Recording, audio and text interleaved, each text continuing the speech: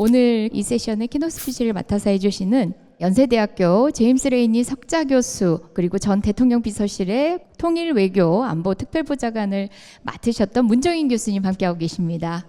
네. 저희가 발제를 듣도록 하겠습니다. 주제 강연은 문종인 교수님께서 해주시겠습니다. 왜 동북아 다자안보가 필요한가에 대해서 말씀 열어주십니다. 저를 초청해 주신 우리 김희교 교수님과 우리 김경민 총장님께도 감사를 드립니다. 왜 동북아 다자안보가 필요한가? 이게 큰 화제죠. 얼마 전에 우리 정동영 통일부 장관께서 금년도 사업 중에 하나로 사자회담을 하겠다. 남북, 미중 다자 협의체를 구성을 하겠다고 했더니만 우리 조현 외교부 장관이 시기상조고 너무 이상적이다. 이유는 간단한 거예요. 한미 간에도 충분한 공조가 되지 않았는데 어떻게 거기에 중국, 북한까지 넣어서 사자 협의체를 만들겠는가. 현실적으로 어렵다. 제가 그래서 좀 화가 나고 그래서 조현 장관을 만나서 제가 물어봤어요. 이게 무슨 의미를 갖고 있느냐 했더니만은 조현 장관 얘기는 그렇습니다.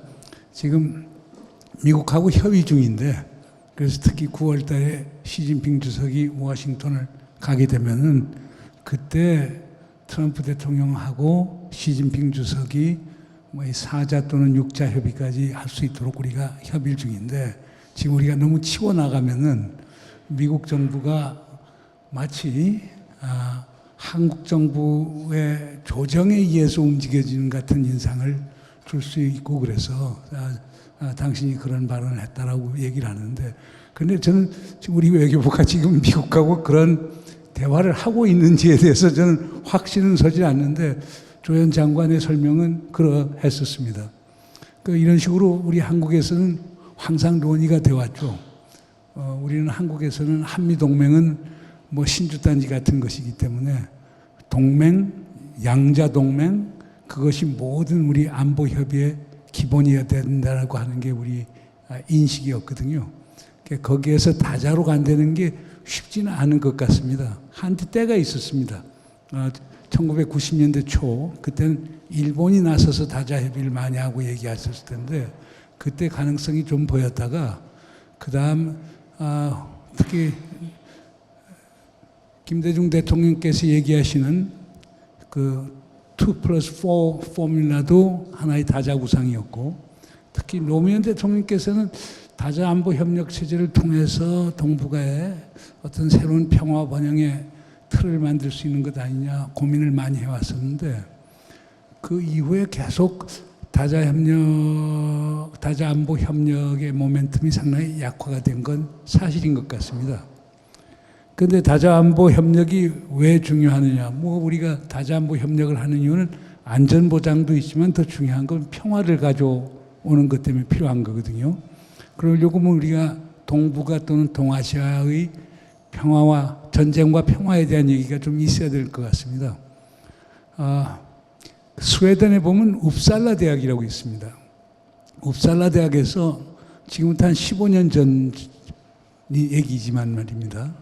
그 웁살라 대학이 그 이스트 에이시아 피스 티어리, 동아시아 평화론이라는 그 재미있는 연구 그룹을 만들었습니다.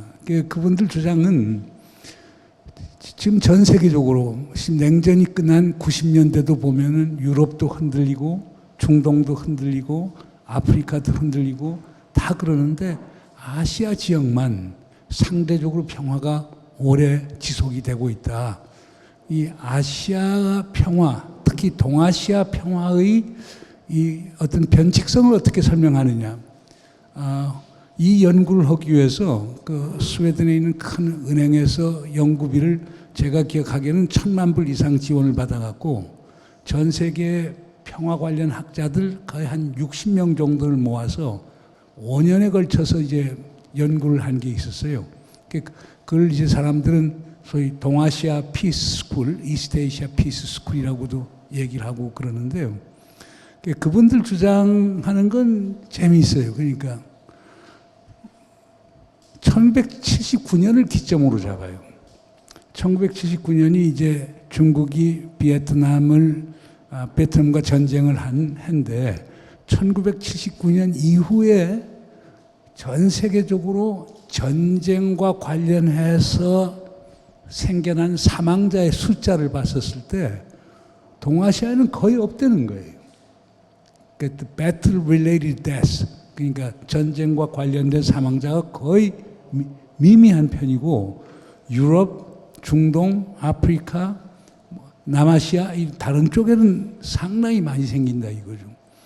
그 이유는 뭔가라고 딱 얘기를 할 때 1979년 이후부터 결국 이 동아시아에서는 상대적으로 소위 relatively long East Asian peace, 상대적으로 긴 평화가 왔다라고 하는 이 이론을 이제 제기를 하게 됩니다. 그러면서 이제 1979년 이전이라고 하는 것은 뭐 시작하자라고 하면 뭐 일본의 식민지 팽창부터 1931년 만주사변, 그 다음에 중일전쟁, 그 다음에 태평양전쟁, 그것이 끝나고 난 데서는 또 우리 한반도에서 우리 6.25 한국전쟁이 일어나고 전쟁이 끝나자마자 또 얼마 없어서 또 비에트남 전쟁이 일어나고 이런 과정을 쭉 보면은 그 1979년 이전에 동아시아 전쟁과 평화의 역사를 할 때 전 세계에서 가장 많은 사람들이 전쟁 때문에 죽은 지역이 동아시아인데 79년 이후부터는 이런 것들이 없었다.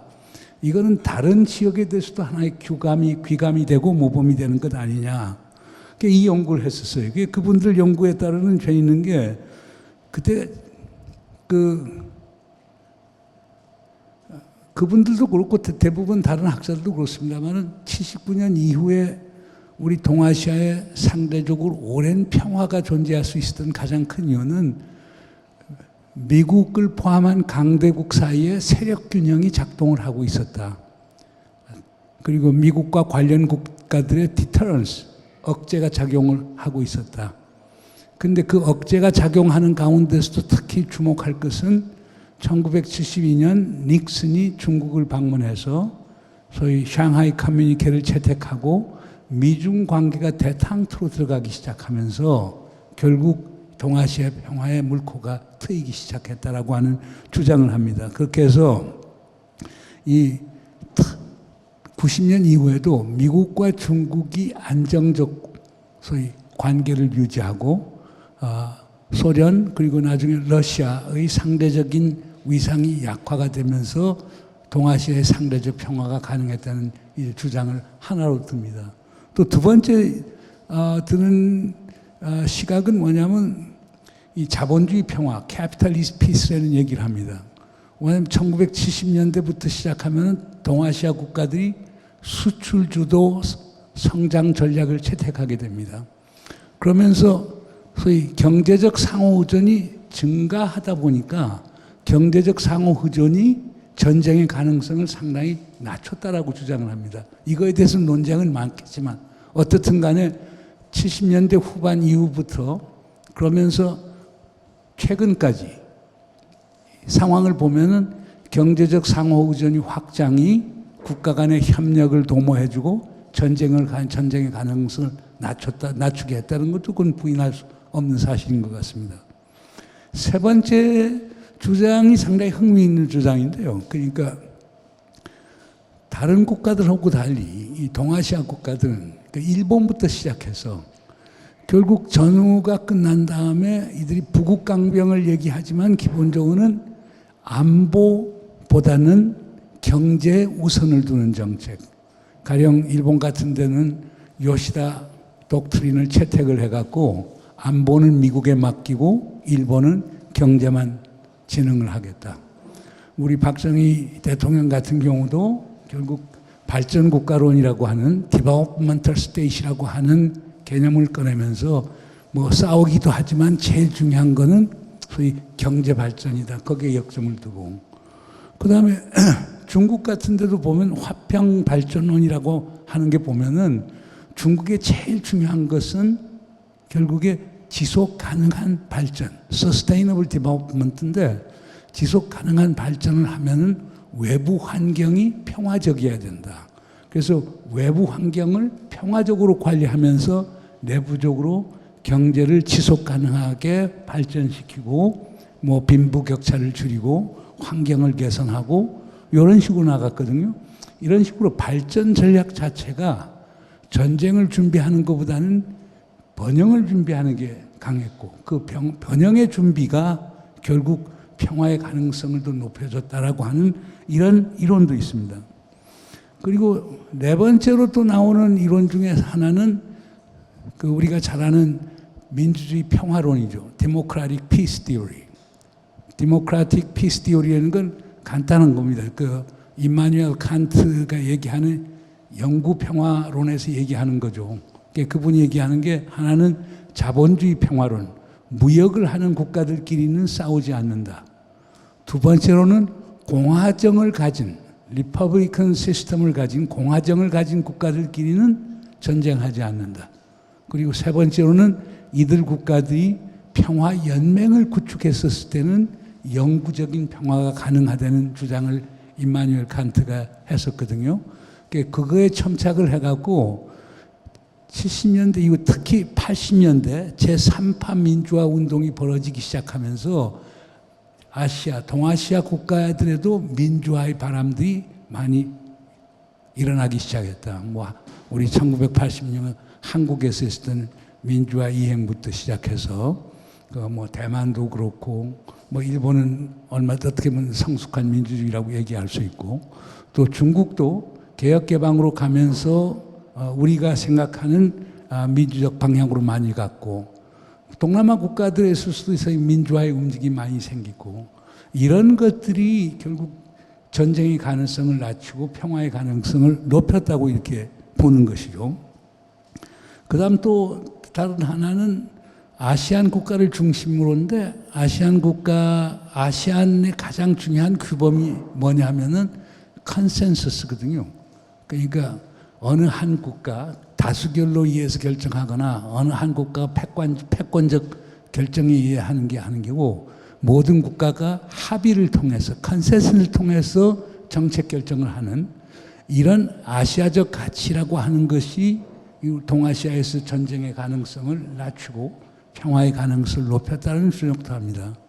마지막으로 또 어떤 얘기를 하느냐면 그 90년대 초반부터 이렇게 보시면은 냉전이 약화가 이렇게 되면서 그 다자 협력의 틀이 많이 생겨납니다. 뭐 대표적인 게 에이펙이라는 것도 생겨나기 시작하고요. 동아시아 공동체 이스트에이시아 서밋이라고 해서 아세안과 우리 동북아 국가들 아시안 플러스 3 또 나중에 이게 더 확대가 돼서 동아시아 공동체라고 하는 컨셉을 갖고 나오지만은 이런 움직임도 있었고요. 그 다음 또 이스트에이시아 서밋의 또 하위 개념이지만 ARF라고 해서 아시아 리저널 포럼이라고 하는 게 있어서 소위 아시안 국가들하고 동북아 국가들이 외무장관 회의도 같이 생기기 시작하고 그 다음에 이제 국방장관 회의도 열리게 되고 그렇게 하면서 또 시스캡이라고 해서 민간 단체에서 아시아 태평양 지역에 소위 다자안보 협력 체제의 틀이 만들어집니다. 그래서 거기는 트랙 1 현직에 있는 사람도 가지만은 소위 학자나 오피니언 리더들이 참여를 해갖고 동북아의 다자안보 협력 체제를 논의하는데 여기에는 사실상 당시 유럽에서 시작이 된 그 유럽 안보 협력 기구 Organization for Security Cooperation in Europe OSCE 또 그전엔 CSC라고 해서요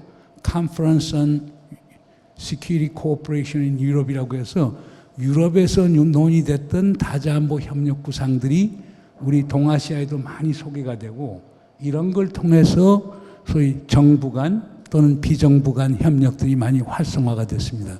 그러니까 이런 변수들을 갖고 얘기를 하면서 동아시아에 놀랍게도 오래된 평화가 있었다라고 주장을 해오죠.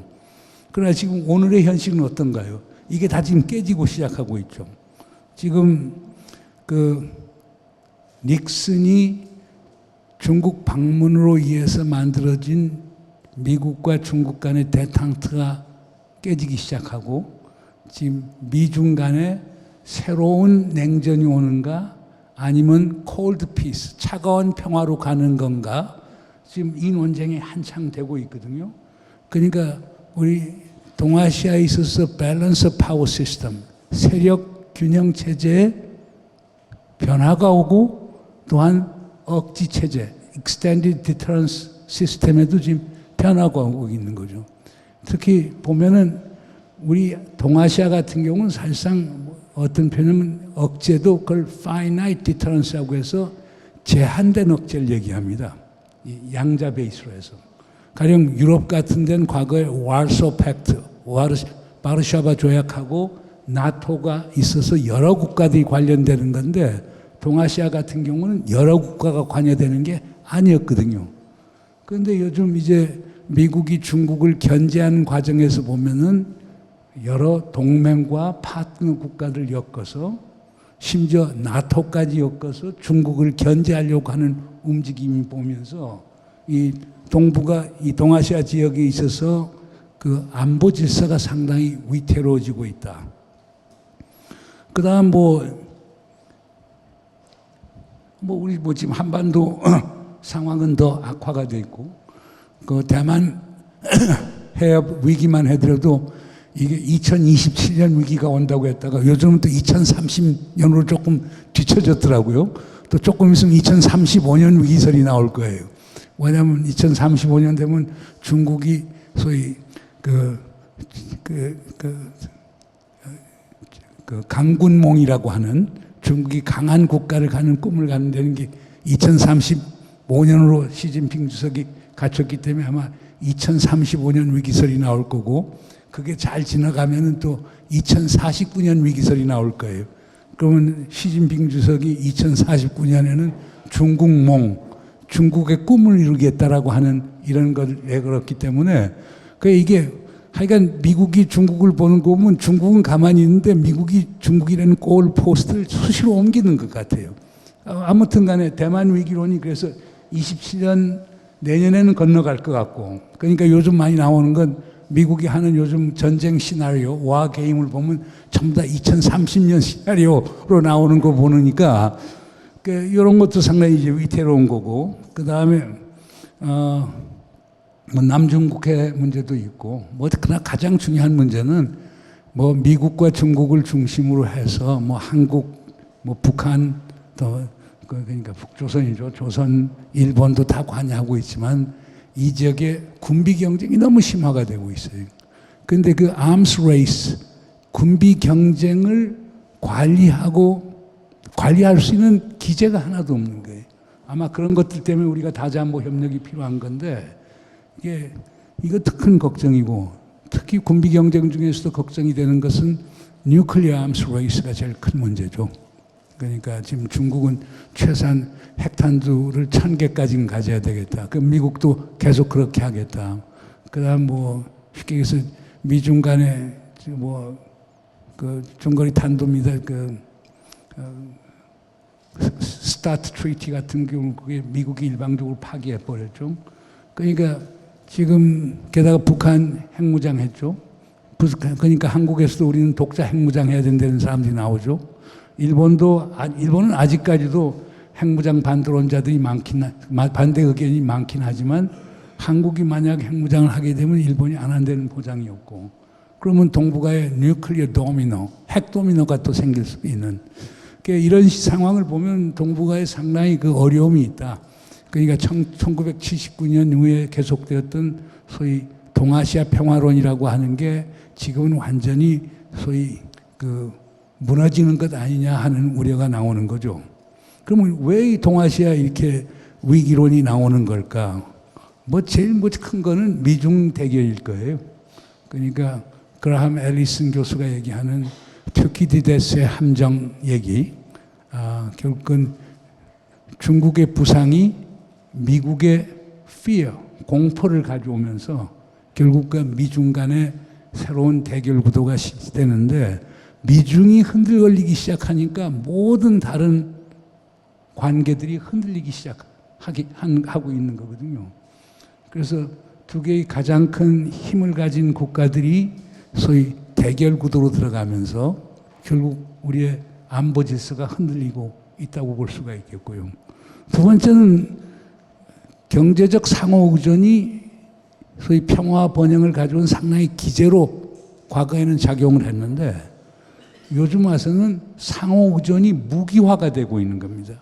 Weaponization of economic interdependence. 과거는 supply chain이라고 하는 게 국제 자본주의 분업 질서의 가장 핵심적 개념이에요. 그런데 지금은 supply chain 자체가 가장 중요한 안보 담론이 되고 그것을 무기화시키는 게 일반적인 현상이 된 거예요. 그러니까 지경학적, 지오 이코노믹 컴피티션도 너무 심화가 되고 그리고 그 자체가 국제 자본주의 분업 질서 자체를 깨는 그래서 lose lose, win-win이 아니고 소위 서로 얻는 게 맞는 게 아니고 서로 손해보는 그런 상황으로 가는 것 아니냐. 또 세 번째로 보면은 과거는 아까도 얘기했습니다마는 경제적 번영에 역점을 주다 보니까 가급적 전쟁을 안 하려고 하는 경향이 많았는데 요즘 미국을 필두로 해서 결국 주장하는 게 부국 강병론이 완전 되살아나는 거예요. 미국도 보면은 지금 트럼프가 하고 싶어 하는 건 해밀턴이 주장하는 부국 강병론을 얘기하는 거예요. 요즘 우리 한국도 부국 강병론, 일본도 부국 강병론, 중국도 부국 강병론. 그러니까 rich nation, strong army. 이게 전부 다 꼴이 된 거예요. 거기서 국제 규범은 무너지고 국제 협력은 점점 어려워지는 상황이 돼서 이것도 걱정이 되는 거고 그다음에 우리 안보와 관련해서 제일 걱정되는 부분은 그거죠. 우리가 유엔을 만들 때, 유나이티드 네이션을 만들 때 기본 유엔 헌장의 기본은 콜렉티브 시큐리티 시스템입니다. 집단 안전 보장 체제입니다. 집단 안전 보장 체제는 무엇을 가정하느냐? 유엔에 참여하는 모든 국가들은 하나의 안보 공동체, 시큐리티 커뮤니티를 구성한다는 거예요. 그래서 이들 간의 협력은 어떻게 되는 것이냐? 이 안보 공동체에 참여하는 국가들은 그들 공동체 성원이 적이나 위협이 될 거라고 간주하지 않아요. 다 협력을 하는데 그중에 나쁜 국가 하나가 있어서 다른 국가를 침략하게 되면 모든 다른 국가가 힘을 합쳐서 그 침략국에 대해서 응징을 가하는 거거든요. 어떻게 보면 1950년 북에서 남침을 왔을 때 유엔이 결정을 내린 건 바로 이 집단 안전 보장 체제, 콜렉티브 시큐리티 시스템에 의해서 이루어졌던 거예요. 근데 요즘은 집단 안전 보장 체제의 개념은 사라지고 집단 방위 체제, 콜렉티브 디펜스 시스템이 고착화되고 있는 것 같아요. 그럼 집단 방위 체제, 콜렉티브 디펜스 시스템은 뭘 의미하느냐? 공동의 적과 공동의 위협, common enemies and common threat이 존재하는 것을 전제로 해서 그 위협을 받는 국가들끼리 배타적으로 협력하는 것이 집단 방위 체제예요. 지금 미국이 지금 주창하고 나서는 건 처음 다 집단 방위 체제예요. 그러니까 여러분 이건 분명히 아셔야 돼요. 1954년 한미 상호 방위 조약이라고 하는 것을 읽어보시면요.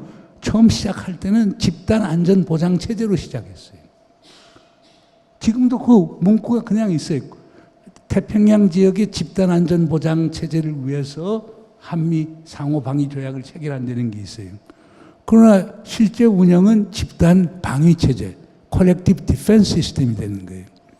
그러니까 지금 미국이 우리에게 원하는 건 그거거든요. 크랭크라고 해서 차이나, 러시아, 이란, 노스 코리아 이런 국가들은 아직도 악의 축이고 또 타도의 대상이라고 이렇게 보는 거거든요. 그러면 그들 국가를 저항하기 위해서 미국과 뜻이 많은 다른 국가들이 협력한다. 그게 콜렉티브 디펜스 시스템인데 이 콜렉티브 디펜스 시스템이 많다 보니까 더 강해지다 보니까 우리 안보 공동체 개념도 없어져 버리는 거예요. 이게 현상이고 또 마지막으로 이제 걱정이 되는 것은 이게 그 사뮤엘 헌팅턴이 얘기했던 문명 충돌론이라고 하는 게 다 지나간 과거의 담론으로 생각하는데 요즘 그게 다시 나오는 거예요. 미국에서 마가가 얘기하는 거 보세요. 그렇잖아요. 제이디 밴스 미국 부통령이 지난 1월에 미연 안보회의에 가서 유럽을 비판하는 거 보세요.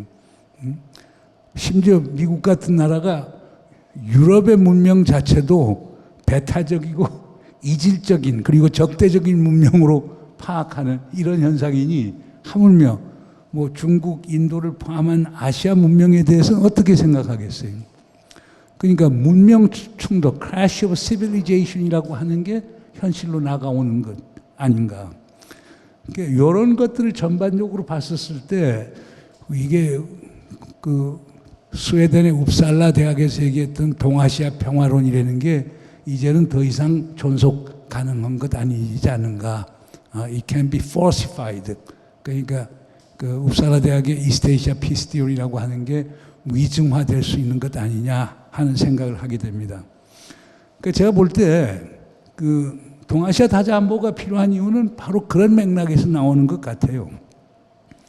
그러니까 지금 어떻게 하면은 지금 양자주의 또는 소다자주의, 미니래터럴리즘으로 단편화되고 분산화되는 이런 안보 협력 체제를 어떻게 하면은 다자 안보 협력 체제를 통해서 평화 공동 번영이 가능하도록 하게 하느냐, 이게 큰 과제가 된다고 봅니다. 그래서 제가 볼 때는 배타적인 집단 방위 개념을 가급적 배제하고 다자 안보 협력 논의를 강화시켜야 되는데요. 특히 지금 우리 동북아에서 제일 걱정이 되는 건 그것 아닙니까? 아까 우리 이재정 의원께서도 말씀을 하셨습니다마는 엘드리지 콜비 미 국방차관이 필리핀 마닐라에서 한 발언을 보면 그게 명시적으로 나오는 거거든요. 그러니까 중국은 넘버원 애니미, 제1차적인 적이고, 그리고 제1도론선, First Island Chain은 우리가 꼭 지켜야 될 것이고, 그걸 하기 위해서는 미국, 일본, 한국, 필리핀, 호주 이들 국가의 협력이 필수적이고 거기에 아시안 참여도 필수적이라고 얘기를 하는 거거든요. 그리고 미국을 배제한 어떤 형태의 미들 파워 콜리션 또는 얼라이언스, 중경국 협력이라고 하는 것은 소위 생각할 수도 없다라고 하는 발언을 했는데, 저는 그런 발상이야말로 우리 동아시아의 평화를 위협하는 아주 위험한 발상이라고 생각을 합니다. 그래서 저는 개인적으로 유엔 헌장으로 다시 돌아가자. 그리고 컬렉티브 디펜스, 집단 방위가 아니고 컬렉티브 시큐리티, 집단 안전보장 체제로 돌아가자. 그러려고 하면은 결국 사실상 헬싱키 파이널 액트 of 1975, 1975년 헬싱키 협약이라고 하는 게 이 유엔 헌장하고 맥을 같이 하는 거거든요. 그러니까 헬싱키 협약을 보면은 제일 중요한 게 common security, 공동 안보. 안보가 어느 특정 국가만을 위한 안보가 아니고 그 지역에 있는 모든 국가의 공동의 안보라고 하는 것. 두 번째, comprehensive security, 포괄적 안보예요. 군사적 안보뿐만 아니고 경제부터 시작해서 사회문화 전 분야에 걸쳐서 안보를 다뤄야 된다. 세 번째는 cooperative security, 협력 안보예요. 대결이 아니라 협력을 통해서 결국 새로운 안보 공동체 공간을 확장해 나가야 된다. 이게 기본적인 개념이거든요.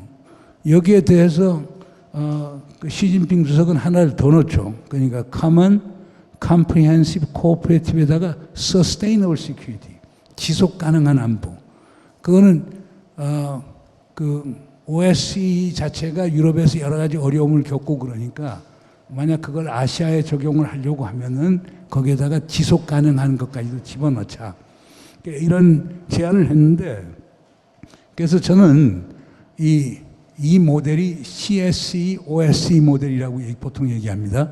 유럽 안보 협력 모델이라고 하는데 한국을 포함한 동아시아에서는 이것이 공식적으로 적용된 적은 없지만은 아세안 국가들은 바로 이 모델에 의해서 아세안 국가들 사이에 다자안보 협력 체제, 특히 신뢰 구축을 만드는데 상당히 중요한 역할을 했습니다.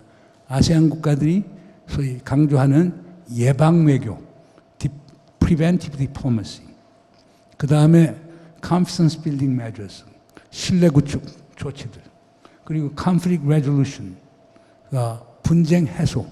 이 포뮬라들은 사실상 이 유럽 사례에서 많은 영향을 받은 거고요.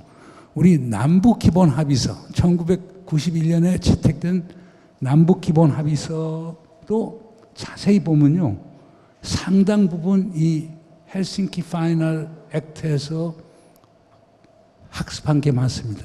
그건 임동원 원장께서 그 피스메이커라는 책에서도 당신께서 대북 협상을 할 때 그 유럽 모델을 많이 참조했나라고 하는데, 저는 이런 것을 우리가 지금 동아시아 동북아 평화 체제를 위해서 필요한 것 아니냐.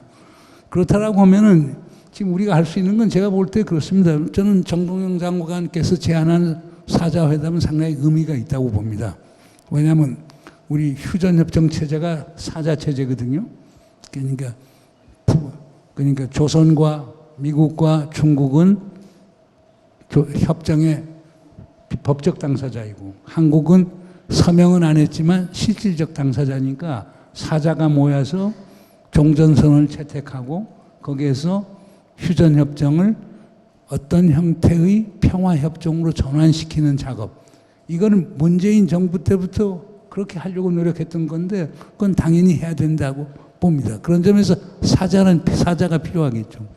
그러나 문제는 이 지역에 일본과 러시아라고 하는 또 실질적인 지역 국가들인데 이를 배제하는 것. 특히 요즘에서는 러시아가 북에 대해서 주는 영향력이 상당히 크기 때문에 러시아를 배제하고 우리가 북과 협력할 수 있는 것 저는 상당히 회의적이라고 봅니다. 그리고 일본을 배제했을 때 일본이 저는 스포일러가 될 수 있다고 봅니다. 왜냐하면 일본이 미국을 설득을 해서 한국이 이런 이니셔티브를 방해할 수도 있다고 봅니다. 그렇기 때문에 우리는 어떻든 간에 미국, 중국, 남북 사자와 그리고 일본, 러시아 육자를 끼는 다자안보 협력 체제를 구축해야 되는데 제 개인적인 생각으로는요, 이게 과거 육자 회담식으로 차관보급으로 운영되는 다자안보 협력 체제는 저는 탄력성이 없다고 봅니다. 저는 오래 못 간다고 봅니다. 그래서 이건 우리 이재명 대통령께서 저는 꼭 임기 내 좀 하셨으면 좋겠는 게 그 동북아 육자 안보 정상 회의라고 하는 것을 좀 제도화시켰으면 좋을 것 같습니다. 그래서 단순히 사자도 좋지만 사자를 넘어서 육자 안보 정상회담, the Northeast Asian Security Summit. 우리가 나토 서밋도 있고 G7 서밋도 있고 G20 서밋도 있고 많지 않습니까? 그런데 동북아에는 그런 게 하나도 없어요. 심지어 한중일 3자 서밋 자체도 요즘 같은 제대로 작동을 안 하고 있는데 내가 볼 때는 이 육자 정상들이 만남을 정기적으로 만들고 이걸 제도화시켜서 여기에서 그 헬싱키 파이널 액트와 같은 그런 문건을 만들어서 다자안보 협력 체제를 만든다라고 하면 상당히 의미 있는 발전이 될 것이 아닌가. 왜냐하면 특히 의미 있는 것은 북의 김정은 위원장이 거기에 참여를 하게 되면은 북이 정상국가가 되는 초석이 될 수 있는 거거든요. 그 틀 안에서 북미 간의 정상화도 얘기할 수 있는 거고 북일 정상화도 얘기할 수 있는 것 아닌가 생각이 돼서 특히 북의 정책 결정 구조로 봐서 지도자가 직접, 영도자가 직접 관여를 해야 되기 때문에 그 육자 정상회담을 하는 게 바람직한 것 아닌가 생각이 됩니다. 이제 결론을 말씀드리자면 제 자신이 볼 때 저는 그렇게 생각합니다. 아까 우리 이영정 의장님께서도 그 말씀하셨지만은 뭐 전쟁은 숙명이 아니라고 봅니다. 인간을 중심에 놓으면 평화의 길이 보인다고 생각합니다. 저는 그래서 그라함 앨리슨 교수의 책 Destined War라고 하는 소위 운명 지어진 전쟁이라고 하는 말에 동의하지 않습니다. 저는 human will, 인간의 의지를 믿기 때문에 인간을 중심에 놓으면 평화의 길이 보인다라고 하는 걸 강조하고 싶고요. 두 번째 저는 이번 회의를 빌어서 강조하고 싶은 게 평화를 원하면 전쟁을 준비하라고 하는 폴리비우스의 말, 베게티우스의 말, 폴리비우스 베게티우스의 말이 많이 회자가 되지 않습니까? 그걸 사실상 클라우비츠 같은 사람이 이제 완전히 보편화시켰는데 저는 평화를 원하면 전쟁을 준비하는 게 아니고 평화를 준비해야 된다고 봅니다. 왜냐하면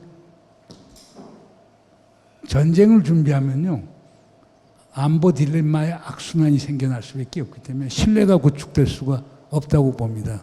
그러니까 평화를 원하면 평화를 준비하라고 강조하고 싶고요. 세 번째로는 강대국 결정론이 허구에서 벗어나야 평화가 온다라고 하는 겁니다. 그러니까 여기는 그건 중견국이든 약소국이든 확실한 자율성을 갖고 의지를 갖고 나갔을 때 평화를 만들 수 있고 그 평화는 우리의 평화지 미국의 평화, 중국의 평화가 아니지 않습니까? 그렇기 때문에 저는 강대국 결정론 저는 뭐 구조주의 현실주의자들 스트럭처럴 리얼리스트의 주장에 저는 동의하지 않고요. 우리가 노력하고 우리가 비슷한 처지에 있는 국가들끼리 노력하면은 상황을 반전시킬 수 있다고 봅니다. 그리고 저는 역지사지가 평화의 기본이라고 봅니다. 상대방을 타성에 젖은 악마화의 시각에서 보지 말고 변화하는 모습을 있는 그대로 보는 전향적인 자세가 필요하다고 봅니다. 그러니까 이거는 전략적 공감, strategic empathy의 문제라고 봅니다. 공감이 없을 때는요, 평화의 가능성은 없습니다. 저는 가자 사태 안 풀릴 거라고 봅니다. 웨스트뱅크 문제 안 풀릴 거라고 봅니다. 나타냐후 같은 사람 공감대가 저는 없다고 봅니다. 공감이 없으면은요, 상대방 입장을 상대방의 입장에서 이해하지 않으면은 대화와 공존의 가능성이 없기 때문입니다. 그러니까 이거는 우리가 북에도 중국에도 러시아에도 해당이 된다고 저는 봅니다. 그리고 실사구시의 자세가 평화를 가져온다고 봅니다. 동북아 평화를 위해서는 현실적 실용적 접근이 필요하고 실사구시를 영어로 번역하면 seeking truth from fact.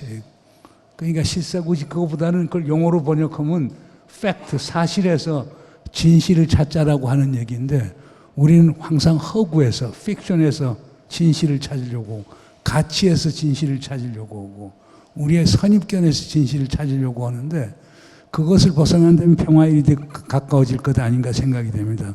그리고 저는 임마누엘 칸트도 얘기했지만은 무역하는 국가들은 결국 싸울 가능성이 적다고 봅니다. 그러니까 경제가 곧 평화라고 생각이 됩니다. 네. 요거는 케인즈의 참 재미있게 읽은 책 중에 하나는 평화의 경제적 귀결, Economic Consequences of Peace라고 해서 케인즈가 베르사유 2차 대전 끝나서 베르사유에서 이제 종전 협상을 할 때 그걸 영국 소위 대표단 일원으로 참석했다가 당시 이제 뽀앙까레 프랑스 대통령이 반대를 해갖고 결국에 화가 나서 쓴 책인데 왜냐하면 당시 프랑스를 포함한 승전국들이 패전국 독일에 대해서 너무 과도한 경제적 배상금을 요구하고 독일 경제를 파괴하려고 하는데 이러다간 독일 경제만 망하는 게 아니고 유럽 경제가 망하고 그것이 전쟁을 가져온다는 그 예측을 하거든요. 그런데 케인즈 예측은 맞았거든요. 주변 국가 못 살게 굴면은요, if you make your neighboring countries beggar, then you become beggar too. 그리고 전쟁이 일어나는 거예요. 그래서 요건 우리가 항상 염두에 될 것 같고요. 저는 개인적으로 봅니다. 북한하고 같이 공존하려고 북한이 잘 살아야 되지. 예? 북한 사람들이 우리 이재정 장관님 계셨을 때 우리 평양 가서 이북에서 제안한 그냥 14 공동선언에 제안한 문건 중에 우리가 이해가 안 된 게 유무상통이라고 하는 표현을 썼거든요. 우리가 안 쓰는 표현이 아니에요. 그냥 유무, 가진 거 같이 하는 것도 서로 통한다. 이북이 가진 건 없지만 서로 다 도움이 된다. 그럼 그 사람은 이제 개성공단 사례를 얘기했던 건데, 그래서 제가 볼 때는 이 북도 잘 돼야 평화도 가능해지고 공동 번영도 가능해진다는 얘기를 합니다. 그래서 이런 걸 가능하게 하려고 하면 저는 지금 시작이 양자도 중요하지만 다자 안보 협력이 필수적이라고 얘기합니다. 그리고 양자 또는 소다자주의를 그 다자의 큰 틀 안에서 한다면 더 훨씬 효과가 크다. 그런 점에서 지금 우리가 평화, 안정, 공동 번영을 가져오는 지금 가장 시급한 길이라고 하는 것은 빨리 이 지역의 다자 안보 협력 체제, 다자 협의 체제를 아주 높은 수준, 정상 수준에서 복원시키는 것이 시급한 과제라고 생각합니다. 이상 마치겠습니다.